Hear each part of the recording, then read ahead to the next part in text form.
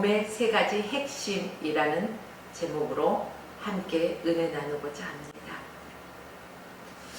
오늘 우리가 읽은 본문 말씀에는 예수님이 복음 시작하신 첫 말씀입니다. 그런데 이 말씀에는요, 복음의 세 가지 핵심이 들어있어요.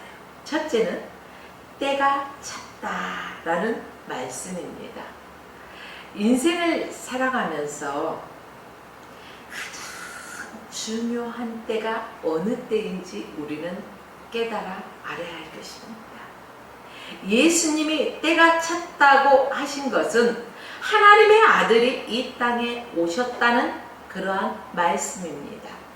그러니 복음을 받아들이는 중요한 시간, 중요한 사건, 중요한 때라는 말씀입니다. 여기서 예수님이 말씀하시는 때, 오늘이 지나면 내일이 오듯 누구에게나 이런 시간, 흘러가는 시간을 의미하고 있지 않습니다. 본문에서 예수님이 말씀하신 그때란 어떤 결정적인 시간, 그러므로 아주 중요한 시간을 의미하고 있습니다. 그러니까 인류의 중요한 때가 왔다는 말씀이죠. 그것이 무엇입니까? 바로 하나님의 아들 예수님이 이 땅에 인간의 몸으로 입으시고 오신 사건, 바로 인류의 역사의 가장 중요한 때이며 결정적인 시간의 때라고 말씀하고 있는 것입니다. 우리가 살아가면서요, 이런 말씀 들어보셨을 것입니다. 누구에게나 우리 인생을 살아가면서 기회는 3번 정도 온다. 그 말씀을 이제 제가 듣고 이 설교 말씀을 준비하면서 곰곰이 저의 지난 인생의 삶을 한번 되짚어 봤어요. 내 인생을 좌우할 만큼 중요한 사건이 내 인생에는 몇 번 있었나? 그때 내가 만약에 좀 더 바른 선택을 하고 좀 더 현명했더라면 하는 아쉬움이 들더라고요. 여러분은 어떻습니까? 여러분에게 찾아온 그 기회, 결정적인 순간, 여러분들은 어떻게 부여잡았습니까? 자, 예수님이 오심으로 인류의 역사는 예수님 이전과 예수님 이후로 나누어집니다. 자, 올해가 2024년이죠. 그것은 예수님이 오신 지 2024년이 되었다는 뜻입니다.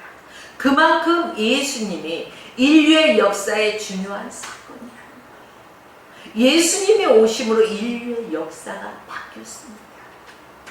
영적 역사가 일어났기 때문에 그만큼 중요한 사건입니다. 한편으로 이때란 개인적으로는 예수님이 내 삶 속에 들어오느냐 안 들어오느냐, 개인적으로는 엄청난 중요한 사건을 의미하고 있기도 합니다. 즉 예수님을 만나고 예수님을 내 인생의 주인으로 받아들이냐 안 받아들이냐는 내 인생의 엄청난 중요한 일이라는 것입니다. 그래서 예수님을 만나고 예수님이 내 인생에 들어오느냐 아니냐, 내 인생을 좌우한다는 것입니다. 사람이 살아가는 동안에 많은 사람을 만나고 살아갑니다. 그 과정 속에 때로는 어떤 사람과의 만남은 내 인생이 송두리째 바꿔버리는 그러한 만남이 있다는 것입니다. 중요한 만남, 결정적인 만남, 그 운명이 내 운명을 바꿔버릴 수 있다는 것입니다.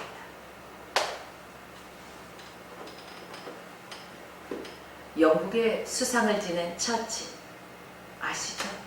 그는 부잣집에 태어났습니다. 부잣집 아들로 어렸을 때 그가 물놀이를 좋아했나 봐요. 연못가에서 물놀이를 하다가요 빠졌어요. 그래서 죽게 되었는데 거기에서 같이 놀던 가난한 집 아들이 이 처치를요 건져내어서 살려줍니다. 처칠의 아버지가 자기 아들의 생명을 구했으니까 그 가난한 집 아들이 고마워요, 안 고마워요? 고마워요. 그래서 내 소원이 무엇이냐 물어봤어요.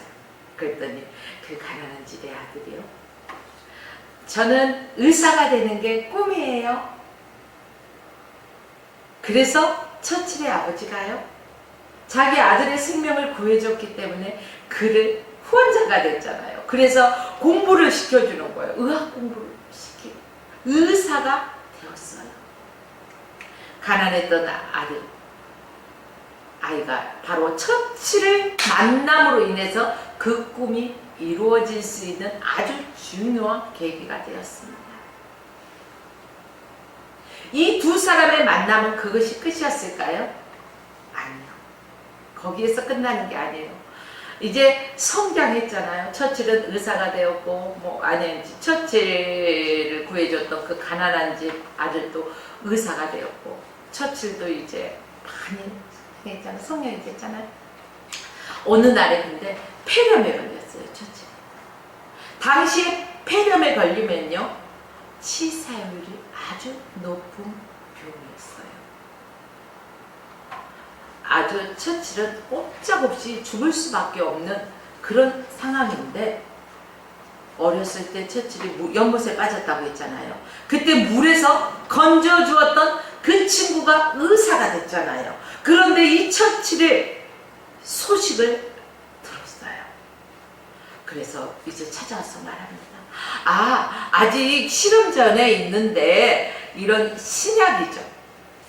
신약 사람들에게 그 실험하기 전인데 한번 투약해 보겠느냐, 이러한 의사를 묻습니다. 근데 지금도 폐렴은 무섭잖아요. 근데 당시의 폐렴은 정말로 죽을 수밖에 없는 그러한 병이었어요. 그래서 뭐 선택의 여지가 없었어요. 오케이, 그 약을 나에게 투여해서 실험해봐라. 그 약이 무엇이었을까요? 페니실린. 그 약을 투여했는데 처칠이 나았을까요? 안 나았을까요? 안 나았으면 페니실린 팔리지도 않아요. 자, 그 약을 투여했더니 페니실린 약을 투여했을 때 처칠이 깨끗이 폐렴이 나았어요. 그러면 이 친구는 처칠을 2번이나 생명을 구해준 생명의 은인이잖아요. 이 친구 또한 그 처칠 집에서 계속해서 후원해줬기 때문에 든든한 후원자가 있었다는 거예요. 이 말씀, 이게 실하잖아요. 이것을 보면은 우리 인생에서 정말로 누구를 만났느냐가 얼마만큼 중요한지도 우리는 알아야 돼요. 잘못된 친구를 만나서 잘못된 길로 가는 사람도 있습니다.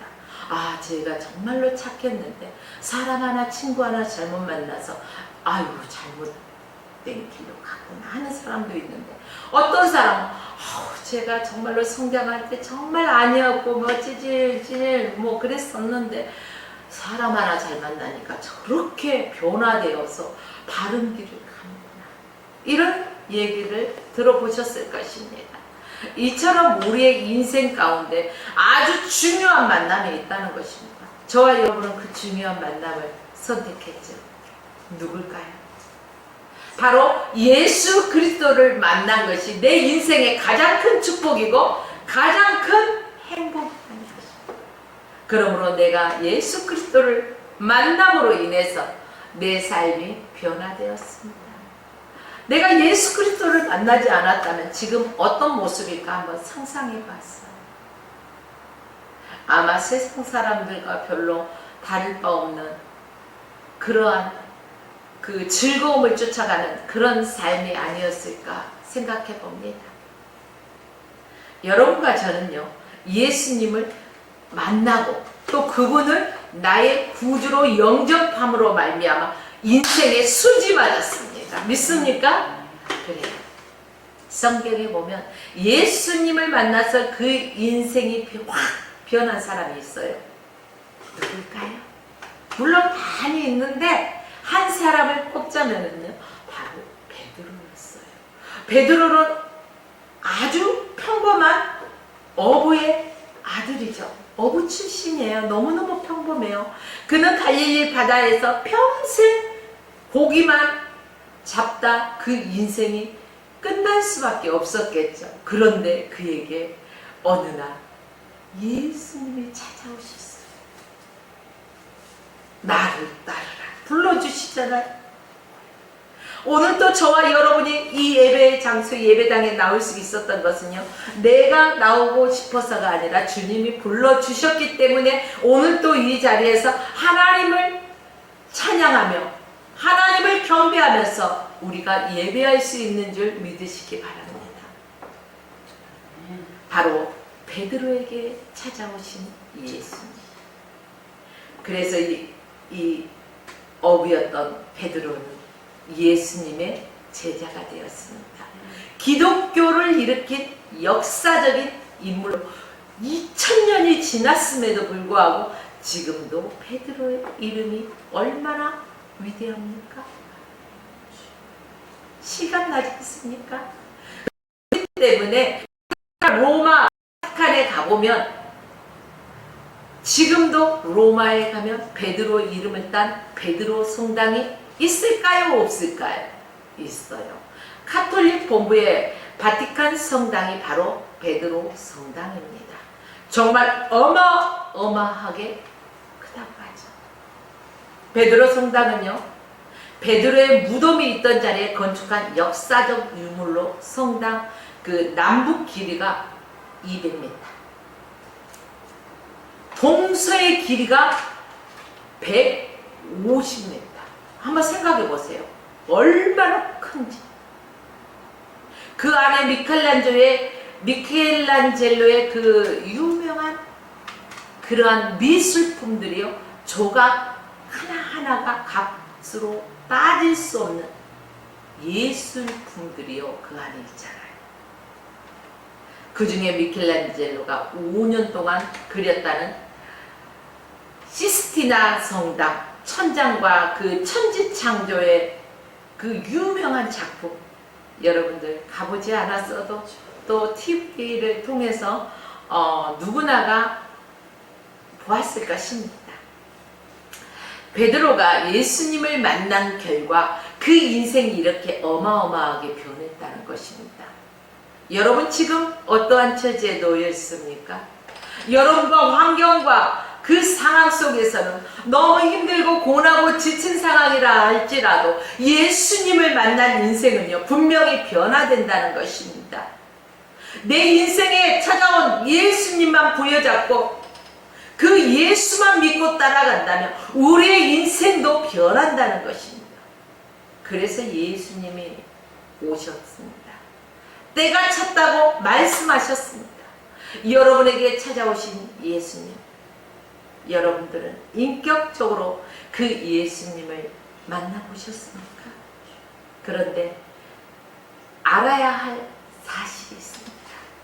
그 예수님이 두 번째 이 땅에 오실 때가 가까워졌다는 사실입니다. 우리는 예수님의 재림의 때가 가까웠음을 알고 근신하여 깨어 있어야 된다는 것입니다. 어느 때 신랑 되실 예수님이 오실지 알지 못합니다. 그래서 성경에는 비유로 말씀하시죠. 슬기로운 5 처녀와 미련한 5 처녀를 비유로 말씀해 주시고, 신랑이 더디 오매 미련한 처녀들은요, 기름을 준비를 못했죠. 넉넉히 준비 못했어요. 신랑이 더디 오니까 아유 빨리 왔으면은 아마 그 기름이 닳지 않았을 텐데, 더디 오니까 불을 계속 밝히고 신랑을 기다리다 보니까 꺼지게 생겼어. 기름이 부족. 슬기로운 처녀는요, 기름을 넉넉히 준비했어. 우리 보면은 핸드폰들도요, 가지고 다니면 배터리 100% 충전을 시키잖아요. 그러면 어떤 사람들은요, 촬영을 갈 때거든요. 아, 오늘은 배터리 이거 하나면 충분할 거야 하고 갔는데 이게 생각지 않게 길어져. 그러면 배터리가 간당간당 하면은요, 불안해. 언제 카메라가 ENG가 꺼질지 몰라. 근데 보조 배터리 스피어를 준비해 갔어. 그러면은 아, 갈아 끼울 거야. 지혜롭게 조마조마할 필요가 없어요. 근데 이 슬기로운 다섯 처녀도요, 기름을 그렇게 풍성하게 준비했다는 거예요. 그래서 신랑이 더디 와도 걱정이 없었어요. 왜? 기름이 넉넉히 준비되었으니까. 아이, 미련한 다섯 처녀가 그 기름 많잖아, 좀 빌려줘. 그때 빌려줘 버렸으면 어떡하냐? 너도 나도 부족했겠죠. 어떻게 보면 인간적으로 세상적으로 생각해 보면 아이고 그렇게 많으면서 안 빌려주냐 쪼잔하게 그러면서요 삐졌어 그러잖아요. 근데 삐질 일인가요? 빌려주고 안 빌려주고는 선택의 여지예요. 안 빌려줬다 해서 삐질 일은 아니에요. 그런데 세상 사람들은 많이 삐져요. 하물며 교회 다닌다는 사람들도 많이 삐져요. 이 기름이라는 게 뭐예요? 우리가 믿음으로 신앙생활 하면서요, 하나님의 말씀으로 기도에 전무하며 전도하면서 말씀 안에서 우리가 늘 주님 오실 때를 기다리면서 준비하는 거예요. 기름 준비. 너도 나도 쓸 게 부족할까? 그냥 가서 사와라. 그때서 부랴부랴 가서 준비해 오려고 하니 신랑이 그 사이에 와가지고 문이 닫혀버리잖아요. 문 좀 열어주세요. 문 좀 열어주세요. 문이 열어주나요? 한 번 닫힌 문은요, 다시 열려지지 않는다는 거죠. 굳게 닫혀버리는 거예요. 그러므로 여러분요, 예수님이 다시 오시기 전에 우리는 이 땅에서 주님 오실 그때까지 믿음으로 살아가야 할 것입니다. 때가 악한 시대에 살아가고 있어요. 이 악한 시대에요, 우리의 믿음 지키기가 힘들다고 했어요. 누구를 위해서? 누구를 위해서? 아니요. 나의 믿음 지키기 위해서 지금은 기도해야 될 때입니다. 사랑하는 여러분들이요, 예수님의 재림의 때가 가까웠다는 것들을 보면 성경 말씀에 있는 대로 각처에 지진이 일어나고 나라와 나라가 서로 싸우고 지금 그런 시대 아닙니까? 그러나 이때가 지금은 아직은 아니라는 거죠. 우리는 그 언제 오실지 모르는 그 주님을 믿음으로, 이럴 때일수록 포도나무가 가지에 붙어 있듯이 저와 여러분들도 예수 안에 바짝 붙어 있어야 된다는 것입니다. 여러분, 성경에서 말세가 가까우면 이상현상이 이렇게 일어나고 있다고 말씀한 대로 지금 이상현상이 일어나고 있는 이 시대에 지금 저와 여러분이 살아가고 있는 것입니다. 디모데후서 3장 1절과 5절 말씀에 보니까 내가 이것을 알라. 말세에 고통하는 때가 이르리니 사람들은 자기를 사랑하며 돈을 사랑하며, 지금 보세요.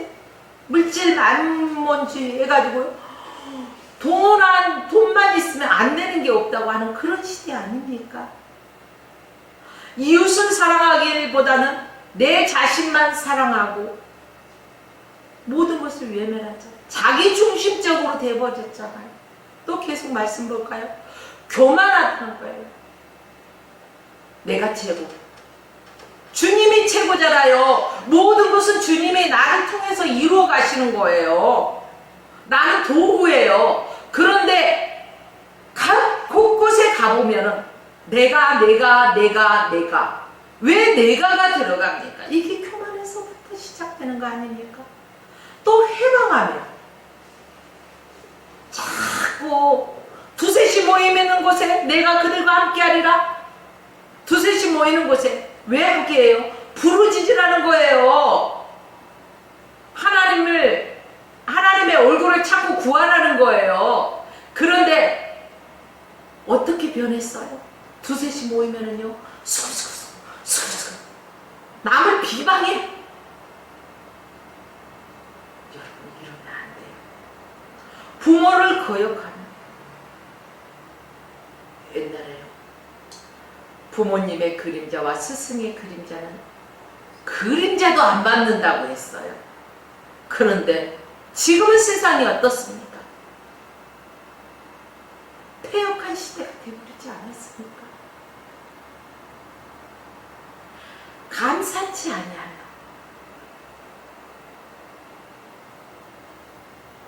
정말로 감사를 잃어버렸어요.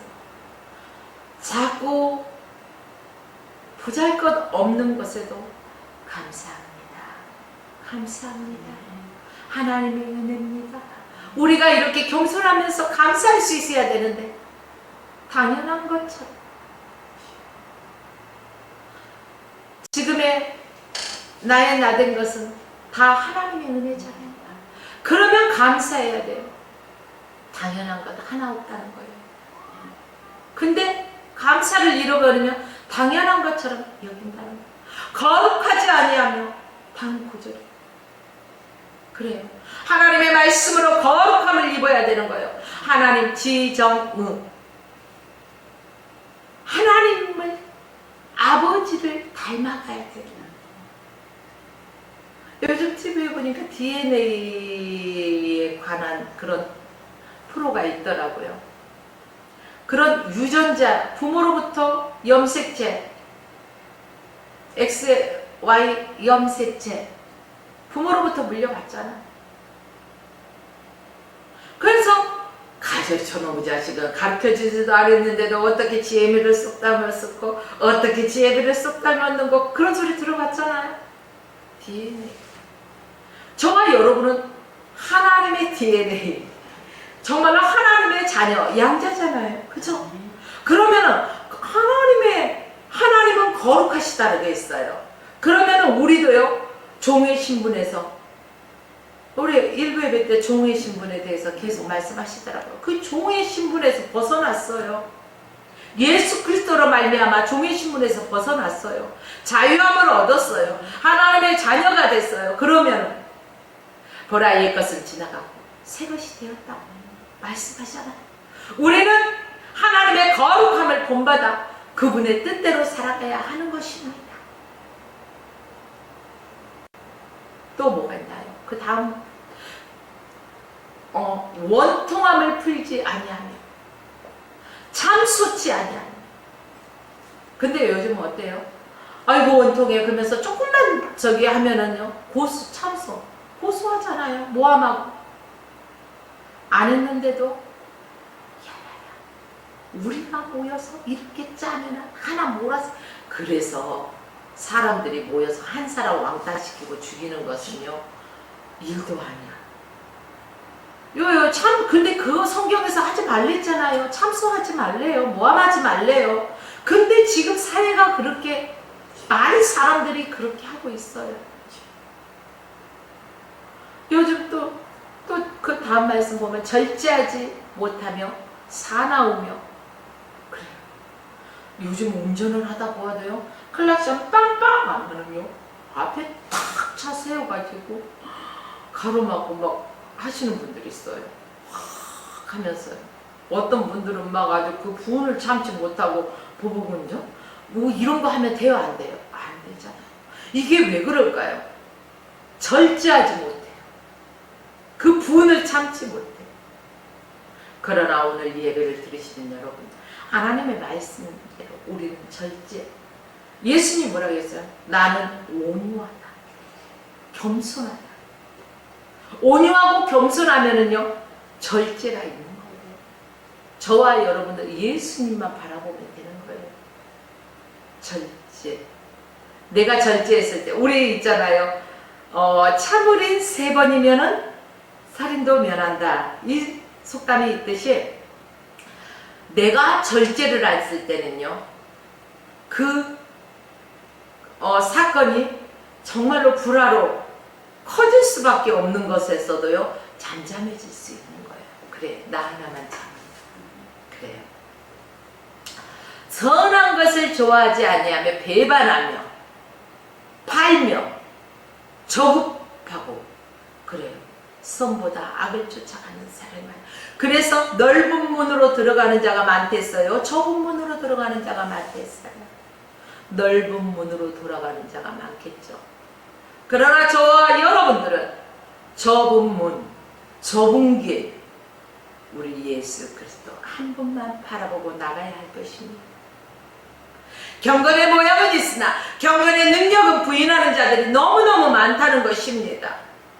저와 여러분들은 경건의 능력으로 예수 그리스도를 인정하고 예수 그리스도를 높여드리는 우리 모두가 되시길 주의 이름으로 부탁드립니다. 세상이 점점 말세가 되어져 가고 있다는 것을 참 많이 느껴요. 엊그제 신문에 OECD 국가 중에서 소유력 국가요. 출생아가 42%. 즉 청년들이 결혼을 안 하고 살아갑니다. 이 집 저 집 만나는 사람들 보면 아유 우리 자식 몇 살인데 아직도 결혼을 안 해. 옛날 같으면 결혼해서 얘가 며칠 때인데 그런 소리 많이 하잖아요. 또 결혼을 하더라도 그 결혼 조건에 보면은요 애를 안 낳는 조건들도 있는 사람들도 볼 수가 있습니다. 즉 이것은 무엇을 뜻하고 있습니까? 가정이 무너지고 있다. 근데요 하나님께서는요 아브라함에게 뭐라 했어요? 하늘의 별과 같이 바다의 모래와 같이 내 자손을 번창케 하신다는 거예요. 남자와 여자가 결혼을 해서는요 아이를 낳는 거예요. 낳아야 돼요. 그렇잖아요. 둘이 만났으니까 최소한 둘은 낳아야지. 최소한. 거기에서 더 나면은 플러스. 그런데 지금은 마이너스잖아요. 우리 한국이요 정말로 인구수가 많이 너무너무 줄어들었어요.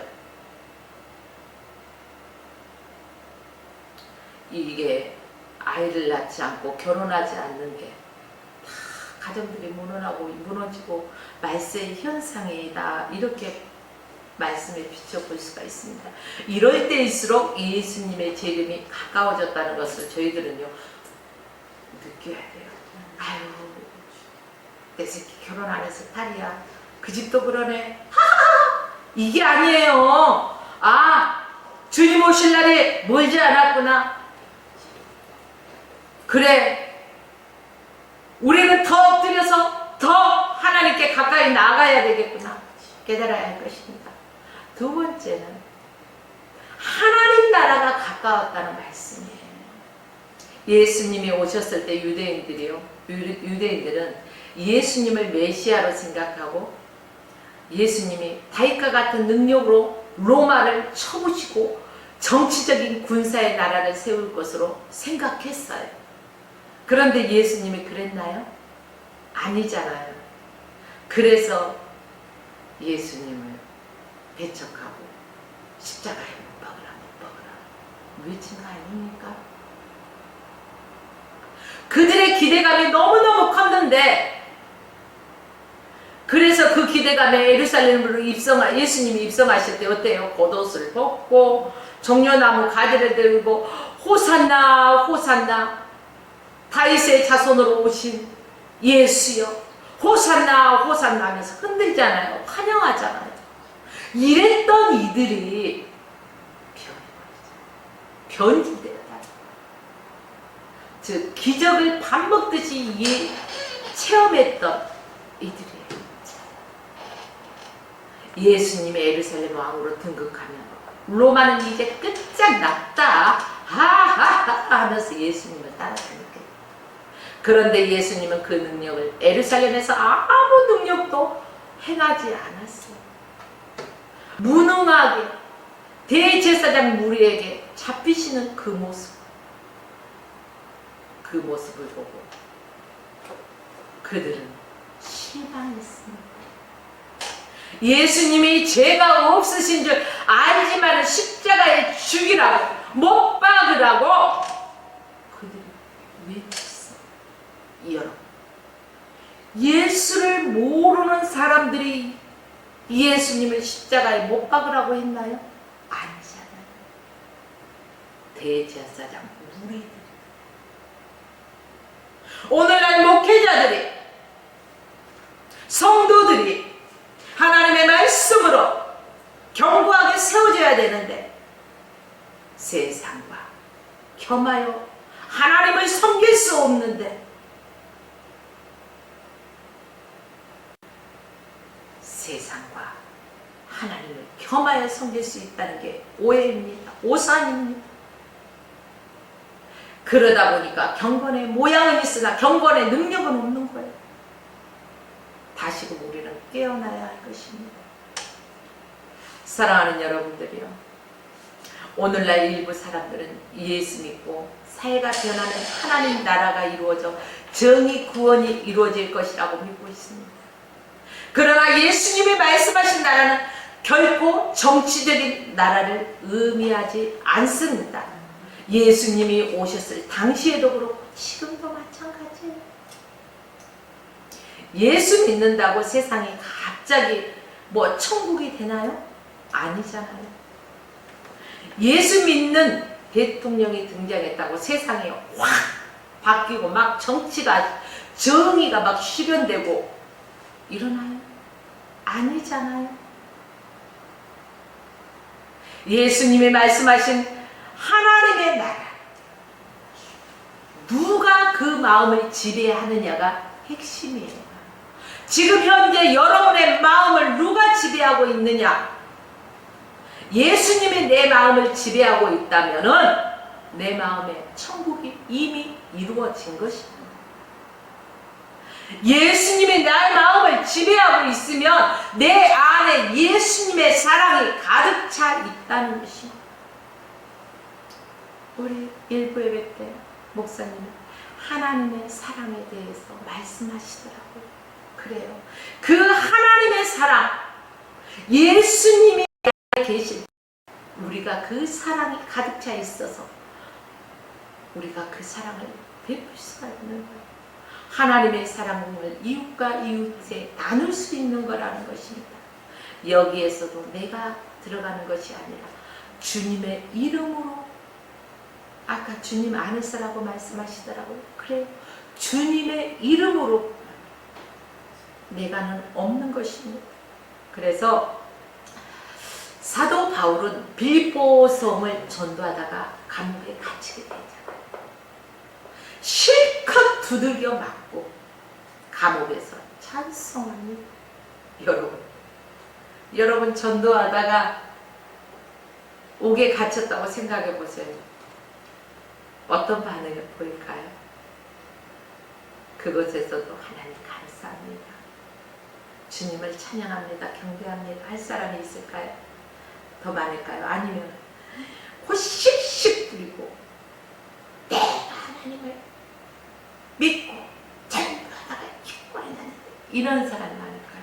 전자가 많을까요? 후자가 많을까요? 아마 여러분 스스로가 답해 보십시오. 근데 사도 바울은요, 복음을 전하다가 두들겨 맞고 죽지 않을 만큼 정말로 맞았어요. 목에도 숱하게 갇혔어요. 그러나 그곳에서도 그는 주님을 찬양했다는 거예요. 왜 그렇습니까? 이미 그 마음은 누가 지배하고 있었다고요? 예수님이 가득 차 있어요. 예수가 지배하기 때문에 그 나라가 이미 하늘나라, 천국이 이루어졌기 때문에 내가 어느 곳에 가든 간에 늘 기쁨이 있고 감사가 있어요. 천국, 궁궐이나 처막이나 주 예수 계신 곳, 하늘나라, 그쵸? 맞습니다. 내가 아무리 좋은 집에 산다 할지라도 그 마음에 욕심으로 가득 차 있다면 그 사람은 탐욕의 나라의 노예가 되어 있을 것입니다. 그러나 내가 궁궐이든 처막이든 개의치 않고 내 안에 예수가 살아있다면 늘 우리는 심령의 천국이 이루어져서 기쁨과 감사함으로 하나님의 말씀으로 충만한 삶을 살아갈 수가 있을 것입니다. 여러분, 여러분의 마음은 누가 주인입니까? 돈이 주인입니까? 돈이 노예이고 돈의 노예이고 시기와 미움입니까? 시기와 미움은 많은 사람들이 요즘은요 그 안에 시기가 가득 차 있어요. 질투가 가득 차 있어요. 미움이 가득 차 있어요. 입만 열면은 그래서 남을 헐뜯고 험담하고. 좀 좋은 것 좀 얘기해주면 얼마나 좋아요. 사람은 누구나가 장점도 있고 단점도 있어요. 그러나 사람을 만났을 때 단점을 보지 마십시오. 단점을 보이면 그냥 마음에 보고 그를 위해서 그것을 놓고 내 스스로를 비춰보면서 기도하고 상대를 위해서 기도해 주어야 합니다. 예수 믿으면 마음은 예수님이 다스리기 때문에 평안해요. 무슨 일을 당해도 자유함이 있다는 거예요. 오, 자유. 나는 주님 아래서 자유함을 얻었어요. 그래요, 자유. 우리도 우리 마음에 하나님 나라가 임해야 된다는 것입니다. 저와 여러분의 마음속에 하나님 나라가 임하시기를 주의 이름으로 축원합니다. 마지막 세 번째, 회개와 믿음이 이루어져야 한다는 것입니다. 회개하고 복음을 믿으라. 오늘 본문 말씀이잖아요. 회개는 믿음의 기초이기 때문입니다. 예수를 알지 못하고 있는 사람들에게요, 당신 죄인이야! 회개해! 하면은요, 이것이 시방 무엇이 보고 하는가? 그래 하네요. 위아래를 쫙쫙 훑으면서 뭐라고 시바렁거리고 할 거예요.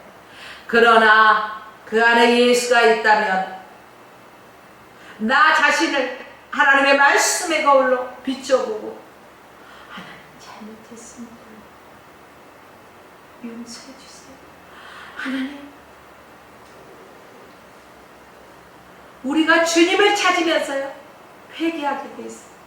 그리고 하나님의 말씀으로 자꾸 비춰보아야 돼요. 오늘 아침 예배당에 나오시면서 거울 안 보신 분 있어요? 저는요 씻고 거울도 많이 봤어요. 거울을 안 보면은요 어디가 눈곱이 꼈는지 콧물이 이렇게 묻었는지 뭐가 있는지 어떻게 알아요? 근데 거울을 보면은요, 아 여기가 지저분하네, 깨끗이 닦고 단장하잖아요. 우리가 하나님의 말씀의 거울에 우리를 그렇게 비추어 보아야 된다는 것입니다. 그래서 죄는 지저분해요, 깨끗해요? 지저분해요, 더러워. 그래서 더러운 귀신아 떠나가! 보시잖아요. 더럽다고 하잖아요. 그렇죠? 그래요. 이 더러운 부분이 있을 때는요, 분명하게 우리는 회개해야 하는 말씀에 비춰서. 그렇기 때문에 우리는 복음을 믿어야 돼요. 믿어야 돼요. 그래요. 믿어야 되는 거예요. 그래서 회개라는 것은 믿음의 기초가 될 수밖에 없는 것입니다. 예수님이 전하신 복음의 핵심은 항상 회개했어요. 회개하라, 천국이 가까웠느니라. 회개하라, 주 예수를 믿으시오. 회개하라, 천국이 가까워. 예수께서 승천하시기 전에 제자들에게 마지막 부탁하신 말씀, 회개 메시지를 세상에 전파하라고 말씀하셨습니다. 그래서 누가복음 24장 47절로 48절 말씀에 보니까 또 그의 이름으로 죄사함을 얻게 하는 회개가 예루살렘으로부터 시작하여 모든 족속에게 전파될 것을 기록되었으니 너희는 이 모든 일의 증인이다. 할렐루야. 그러므로 회개는 신앙의 입문의 과정이고 또 마지막 출구라고 할 수가 있습니다. 회개는 자기가 죄인임을 솔직하게 인정하는 것입니다. 고백하는 것입니다. 무릎을 꿇고 항복하는 것입니다. 주님, 두 손 들고 왔습니다. 나 항복합니다. 주여, 이 죄인을 받아주시옵소서.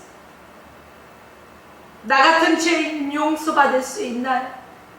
주님 박대하시면 나 어디 가리까?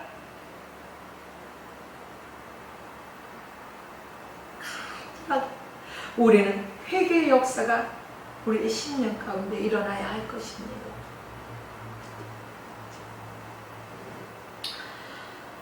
자기가 죄인임을 인정하고 고백할 수 있는 신앙. 내가 죄인이고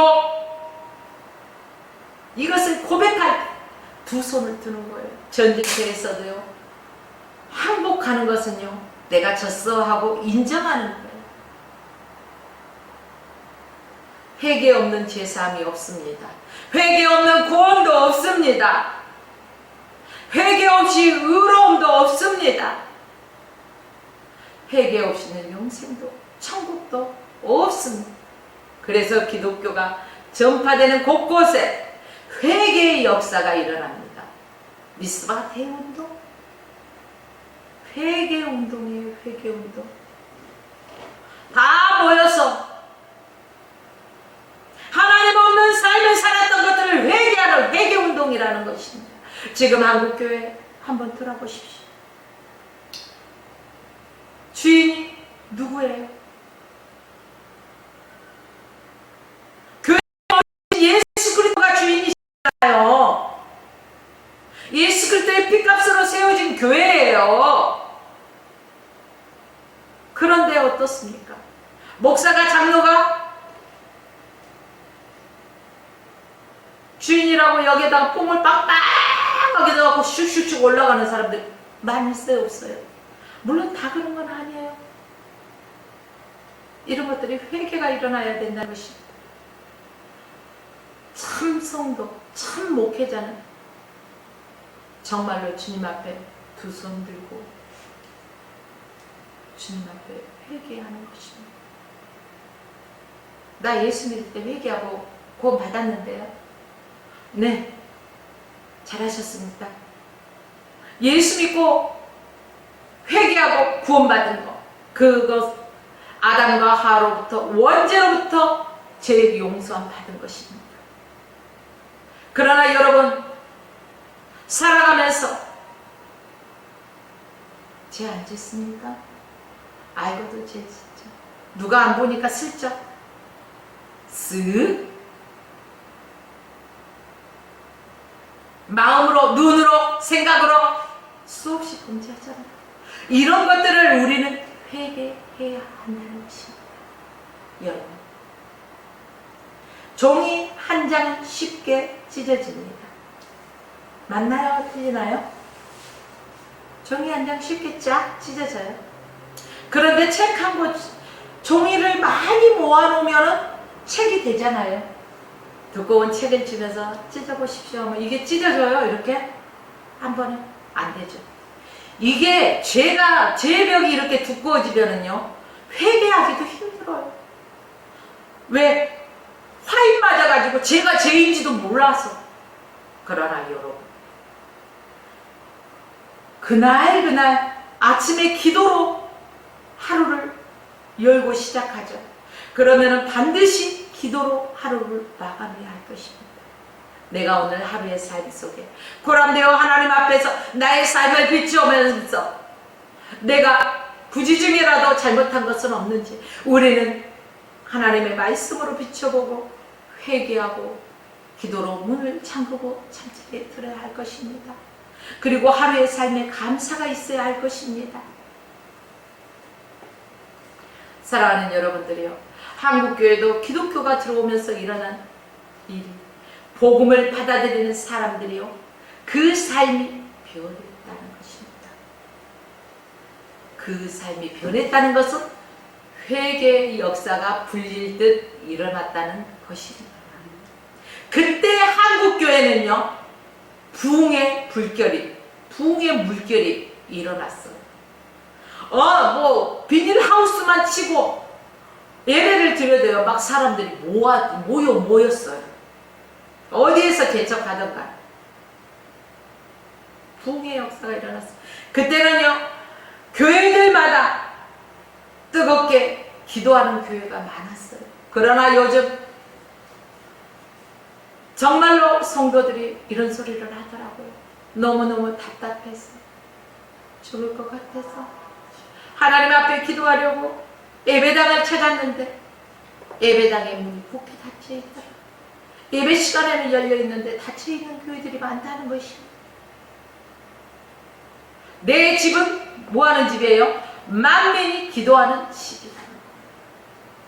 누구든지 하나님의 전에 와서 하나님을 찬양하면서 하나님께 예배하면서 경배하면서 하나님께 영광 올려드리고 그 힘과 능력으로 우리는 경건의 삶을 살아가야 할 것입니다. 사랑하는 여러분들이요, 예수님을 영접하고 우리가 신앙생활을 하면서 회개가 반드시 일어나야 된다는 것입니다. 회개 없는 신앙생활은 위선입니다. 결국 회개 없는 믿음은 참된 믿음이 아닙니다. 그런데 누가 회개를 잘하느냐? 제가 많은 사람이 회개를 잘한다고 합니다. 자기가 죄인임을 누구보다 자신이 잘 알기 때문에 회개를 나름대로 잘한다고 합니다. 그런데 나름대로 나는 그래도 착하게 살아왔어. 누구한테 욕 안 먹고 나는 그 적정선을 지키면서 살아왔어. 누구한테 손가락 받을 일 안 했어. 이런 사람 있어요, 없어요? 있잖아요. 자기의 의로움. 그쵸? 이런 사람이 회개를 잘 할까요? 나는 의롭다고 생각하는데 회개가 이루어질까요? 내가 죄인임을 인정하고 고백할 수 있는 사람이 회개를 하는 거예요. 사랑하는 여러분들이요, 자꾸만 자기가 살아온 공로를 하나님 앞에 내세우려고 할 때 자기의 의로움이 나타나는 것입니다. 그러나 내가 살아온 모든 삶에 주님의 은혜였다고 고백할 수 있는 겸손함이 저와 여러분들 삶 가운데 있어지기를 원합니다. 일반적으로 자기 주장과 고집이 센 사람이 회개를 잘하지 못해요. 자기 주장이 너무 강해서 하나님의 말씀을 받아들이지 못할 때가 있어요. 여러분, 이렇잖아요. 부흥성회도 하다 보면 이제 목사님들께서 기도해 주실 때가 있습니다. 자, 내 자신과 내 자신의 뜻과 의지를 내려놓으십시오. 그리고 오직 주님의 인도하심을 기대하면서 주님만을 생각하면서 기도하십시오. 기도하면은요, 어떤 사람은요, 입신하지. 근데 어떤 사람은 그래, 한번 해봐. 넘어가나 안 넘어가나, 누가 이기나 보자. 버티고 있는 사람이 있어요, 없어요? 자기 주장이 너무 강한 사람이 대체적으로 그러더라고요. 우리는 이런 사람을 뭐라고 하냐? 센 사람. 이렇게 표현을 하기도 합니다. 여러분, 그 너무 세다 보면은요, 주님의 말씀이 들어갈 공간이 없어요. 깨어져야 할, 부셔져야 할, 더 많이 부셔져야. 이게 뭐예요? 내려놓음이 필요하다는 거예요. 하나님의 말씀으로 새롭게 변화되는 저와 여러분이 되어지길 원합니다. 그리고 근심걱정, 불평, 원망, 이런 거 많은 사람들은요, 회개를 잘 못하죠. 회개하기보다도 누구 때문에 하면서요, 불평과 원망이 너무 커요. 그것은 모든 일에 자기 때문에 일어난 것이 아니라 다른 사람에게 책임을 전가시키는 거예요. 우리 에덴 동산에서 볼 수 있잖아요. 선악과. 주님이 먹지 말라 해요. 아담에게 묻잖아요. 근데 만약에 아담이 주님 잘못했습니다, 아버지 잘못했어요, 이랬다면 세상의 인류의 역사가 바뀌지 않았을까요? 그런데 아담이 뭐라고 했어요?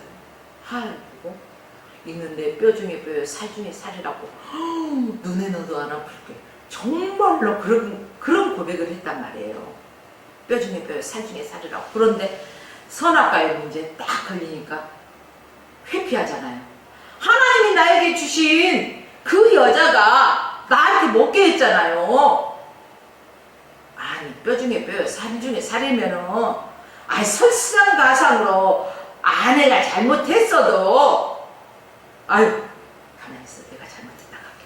제가 잘못했습니다. 내가 하나님께 말씀을 받았으니까 내가 잘 가르쳤어야 되는데 제가 잘못해서 그렇습니다. 이래야지 맞지 않습니까? 그런데 하나님이 주신 이 여자가 그랬잖아요.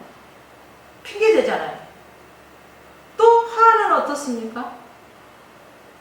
뱀이 그랬어. 내 잘못 아니에요. 뱀이 그랬어. 그러잖아요. 이게 바로 자꾸만 불평과 원망이 많은 사람들이 남의 핑계를 대는 거예요. 여러분, 이런 사람들 회개하기 어려워요. 그러나 하나님의 말씀으로 이 시간에 스스로를 점검하십시오. 그리고 분명한 것은 회개해야 합니다. 오늘 왜 이렇게 강하게 나가는지 저도 모르겠습니다. 원래는 부드럽게 하려고 했는데 강합니다. 그러나 이 강함이 여러분 안에서 부셔지고 녹아지고 하나님의 말씀으로 새롭게 되어지기를 원합니다. 사랑하는 여러분들, 여기에서 말하는 제 모습, 제 음성을 기억하지 마시고 이 말씀을 통해서 하나님이 하시는 말씀만 기억하십시오. 남의 탓하지 마십시오. 왜 남의 탓을 합니까? 근본적으로 마음이 교만하기 때문에 남의 탓합니다. 교만은 패방의 선봉이요 넘어짐의 앞잡이라고 했습니다. 여기 있는 저 어떻게 보여요? 교만하게 보여요? 겸손하게 보여요? 어떻게 보여요? 예전에는 여기에 있는 저도요 엄청 교만한 사람이에요. 감히 함부로 말도 걸지 못할 정도로 아주 교만하고요 아주 그냥 차갑고 그런 사람이었어요. 그러나 예수가 내 안에 들어오시니까 이 겉모습은 강하게 보일지 몰라도 속은 야리야리하답니다. 어떻다고요? 야리야리하다고요. 부드러워요. 강함 속에, 거친 강함 속에 속은 부드러워요. 근데 제가 여기에서 조금 손해보는 느낌은 어떤 느낌이냐 때에 따라서 저는 속이 여리거든요. 겉은 강해 보일지라도. 그런데 어떤 사람은 속이 완전히 강한데 겉이 야들야들하게 생겼다고 정말 약한 줄 알고요. 거기다가 막 이렇게 해주는 사람들 보면 이럴 때가 있어요. 그러나 여러분, 제가 여러분의 그 경직되어 있는 것들을 풀고자 이렇게 말씀드리는 거고, 근본적으로 우리의 마음을, 교만한 마음을 내려놔야 됩니다. 우리가 겸손할 때 진정한 회개가 이루어질 수가 있는 것입니다. 우리는 겸손과 자신의 진정한 모습을 깨달을 때 영적 감성이 필요하다는 거예요. 만약 내가 죄인이라는 것을 실감나지 않으면 내가 죄를 깨닫게 해달라고 해야 돼요. 그래서 지금도 그런 목사님들 계신지 안 계신지 잘 모르겠어요. 그러나 예전에 목사님들 보시면요, 회개의 영을 불어넣어달라고 먼저 하나님 앞에 뭐 주세요 뭐 주세요 하는 것이 아니라 먼저 회개의 영을 불어넣어 주십시오. 생각나게 해주십시오. 그리고 회개케 할 수 있게 회개하도록 나의 죄가 생각나게 해서 회개할 수 있게 회개의 영을 불어넣어달라고 기도하라고 하잖아요. 그럴 때 성령이 임하시면은요, 주마등처럼 나의 그 모든 것들이 스쳐 지나갈 때 우리가 회개합니다. 성령이 말할 수 없는 탄식으로 내 안에서 입술을 통해 대신 강구해 주십니다. 그럴 때 어느 순간에 성령의 역사로 말미암아 따따따따따따따따 뭐가 열려요? 방언이 열립니다. 그래요, 여러분. 어떤 교회에서는 방언을 못하게 하는 교회가 있다고 하더라고요. 그러나 성경에서 있는 것을 우리는 거부할 수 없는 것입니다. 각 나라의 방언이 있습니다. 우리는 인정하고 영적으로 한국말로 기도하면요 기도가 짧아요. 그 말이 그 말 같아. 근데 성령이 역사하시면요 영으로 기도해. 방언 영으로 기도하면 1시간 2시간 3시간도 일찍 지나가. 눈 깜짝할 사이에